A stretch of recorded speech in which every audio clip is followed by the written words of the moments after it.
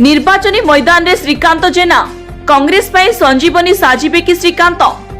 बालेश्वर जिला संसदीय क्षेत्र निमंते विकासर बिंधाणी कुहाजाउथिबा पूर्वतन एमपी तथा केंद्र मंत्री श्रीकांत जेना को कांग्रेस प्रार्थी घोषणा करिछि।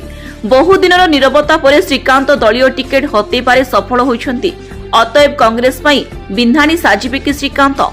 से जिलार 7 गोटी निर्वाचन मंडली को तोफानी गस्त करी दलीय नेता कर्मी शुभेच्छु माननकु भेटी दलर स्थिति को सुदृढ़ करबा निमंते अंटा भिड़िबाकू आह्वान दैछन्ति।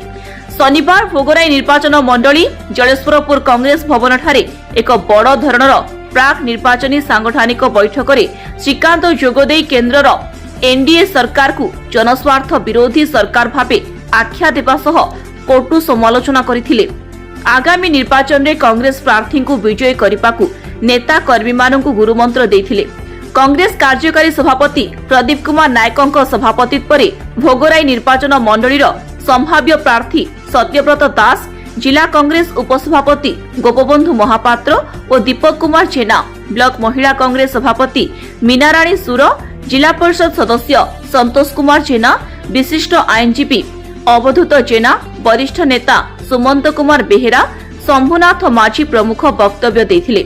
ଏହି ବୈଠକରେ ଭୋଗରାଇ ନିର୍ବାଚନ ମଣ୍ଡଳୀର 50 ଗୋଟି ପଞ୍ଚାୟତର 1000 ଊର୍ଦ୍ଧ୍ୱ ବରିଷ୍ଠ ଓ ବଳିଷ୍ଠ ନେତା ଏବଂ କର୍ମୀମାନେ ଯୋଗ ଦେଇଥିଲେ।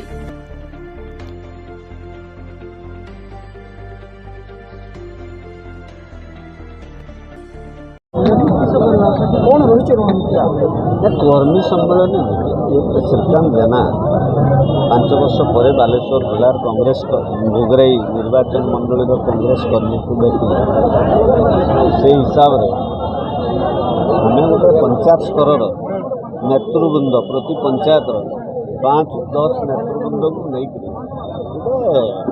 गेट टुगेदर कर्मी सम्मेलन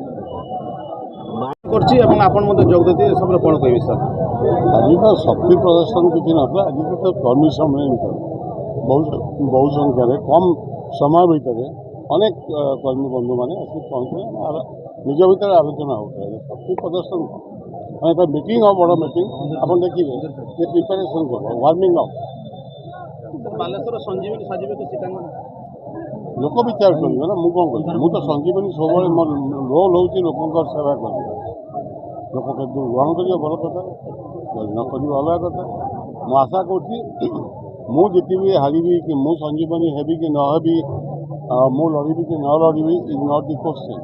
क्वेश्चन हूँ ये देशर संविधान रही एवं संविधान को रक्षा करने ये लड़ई एवं मु भावुची साधारण लोक ये लड़ई में सामिल हो ब्लॉक कांग्रेस सभापति ब्लॉक कांग्रेस जो भोगराई सभापति छाड़ी भोगराई सुरेश महांती रिपोर्ट बीई न्यूज ओडिशा।